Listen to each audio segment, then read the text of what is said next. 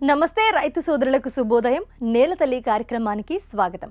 శుభోదయం వేళ రైతుల ఆశలు చిగురించేలా, వారు ఆర్థిక ప్రగతిని సాధించేలా అభ్యుదయ రైతుల అనుభవాలతో పాటు సాగుదారుల విజయగాథలను మీకు అందించే ప్రయత్నం చేస్తోంది మీ నేలతల్లి కార్యక్రమం.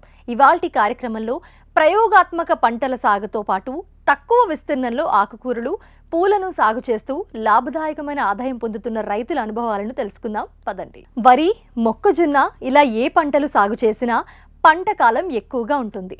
పెట్టుబడి భారం కూడా పెరుగుతోంది.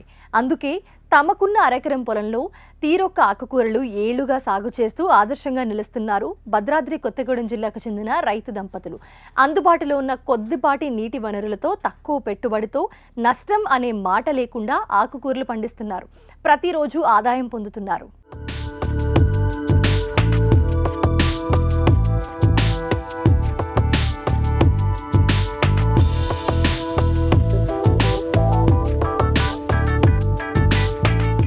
మన ఆరోగ్యానికి ఆకుకూరలు ఎంతో ఉపకరిస్తాయి. కంటి చూపుతో పాటు మలబద్ధకం వంటి సమస్యలను ఆకుకూరలు నివారించి మనం ఆరోగ్యంగా ఉండటానికి సహకరిస్తాయి. మార్కెట్లోనూ ఆకుకూరలకు మంచి డిమాండ్ ఉంది.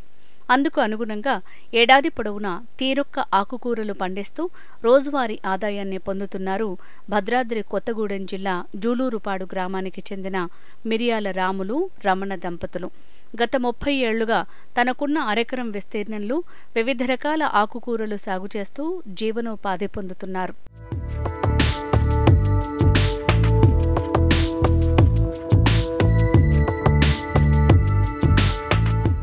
అరెకరం విస్తీర్ణంలో తోటకూర, పాలకూర, చుక్కకూర, గోంగూర, మెంతికూర వంటి ఆకుకూరలు పండిస్తున్నారు.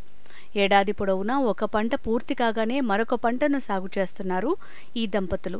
ఉదయం 6 గంటల నుంచి సాయంత్రం 6 గంటల వరకు పొలంలోనే గడుపుతారు వీరి కుమారులు, కోడలు అందరూ కలిసికట్టుగానే ఆకుకూరలు సాగు చేస్తున్నారు. కుటుంబ సభ్యులంతా కష్టపడి పొలం పనులు చేసుకుంటూ తోటివారికి ఆదర్శంగా నిలుస్తున్నారు. ఆకుకూరలను ప్రతిరోజు ఉదయాన్నే కొత్తగూడెం మార్కెట్కు తీసుకువెళ్లి వ్యాపారులకు విక్రయిస్తుంటామని రైతులు చెప్తున్నారు.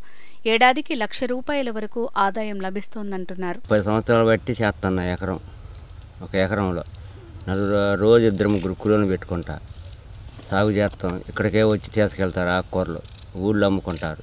ఇక లాభం మామూలుగా వస్తుంటుంది. మళ్ళీ పెట్టుబడులు పెడుతూనే ఉంటాం. మళ్ళీ విత్తనాలు కొనుక్కొస్తాం, దున్నిస్తాం, చేస్తాం, అన్నీ పోతుంటాం.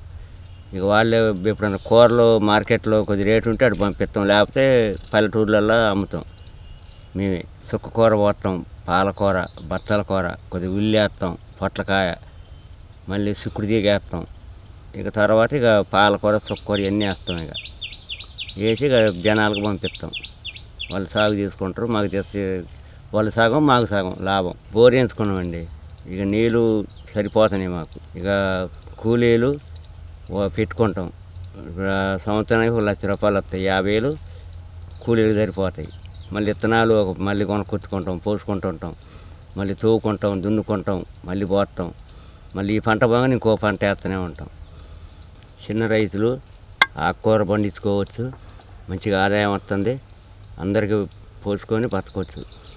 అమ్మాయిలు ఒక అబ్బాయి కూడా ఇదే ఆకుకూరలు కొత్తగూడెం పోతాడు, భద్రాచలం జిల్లా పోయి ఆకుకూరలు అమ్ముకొని వస్తాడు. నేను ఇక లోకలు ఇక బయట వాళ్ళకి వేస్తాను, గంపల వాళ్ళకి. మిర్చి, పత్తి వేయాలంటే పెట్టుబడులు లేక అవి లాస్ వచ్చి ఈ సంవత్సరం వేయట్లేదు. అందులో తోటలు వేసిన వాళ్ళందరూ కూడా పెట్టుబడులు కూడా రావండి. ఇక అందుకనే ఉన్న ఆ ఎకరంలోనే మా అబ్బాయి నేను ఆకుకూరలు పండించుకుంటాం. 4 చేస్తాం. 4 కూడా వాళ్ళు కుటుంబం వెళ్ళ తీసుకుంటారు. మా కుటుంబం అంతా వెళ్ళిపోద్ది. కాసిన కూర్చుని మిగిలితే ఇక పిల్లగాళ్ళ ఖర్చులని, రోగాల ఖర్చులని ఇక అన్నీ వెళ్ళిపోతాయండి. 6 గంటలకు వస్తామండి, మళ్ళీ 6 గంటల దాకా ఇలానే చేసుకుంటాం. ఆకుకూరల సాగుతో పాటు పందిరి కూరగాయలైన పొట్ల, చిక్కుడు, సొర, బీర, దొండ, బెండ, వంగ వంటి కూరగాయలు ఇంటి అవసరాలకు పండించుకుంటున్నారు.